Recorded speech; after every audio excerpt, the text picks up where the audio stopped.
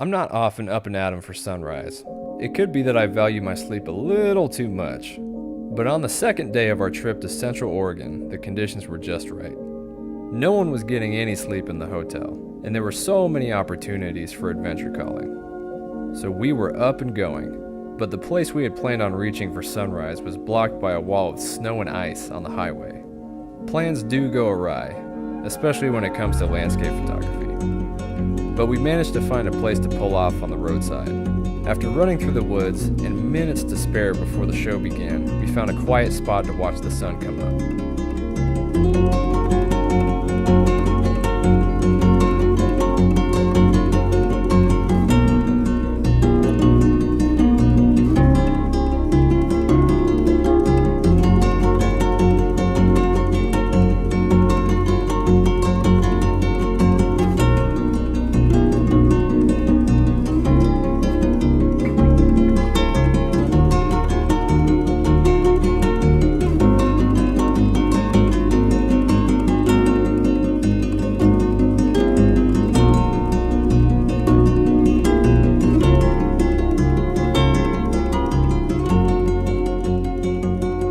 There was a very intricate and very much dead bush that was in the area that I immediately wanted included somehow in the shot.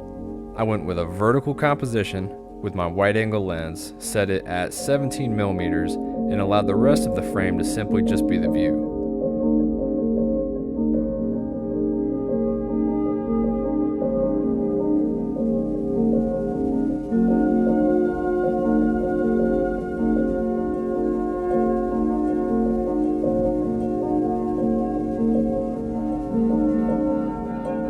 We made a quick decision afterwards to check out a very popular and well-known waterfall in the area. Being that it was still early in the morning, we had a private walk out to the falls, which was really cool.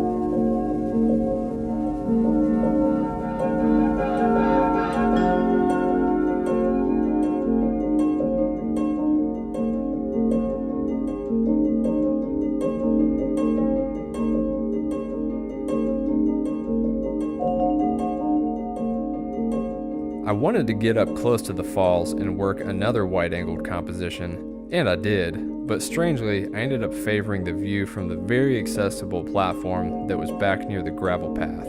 Admittedly, it's an image that's been shot who knows how many times, but it's hard to pass up a view that gives you a perfect S-curve of a leading line.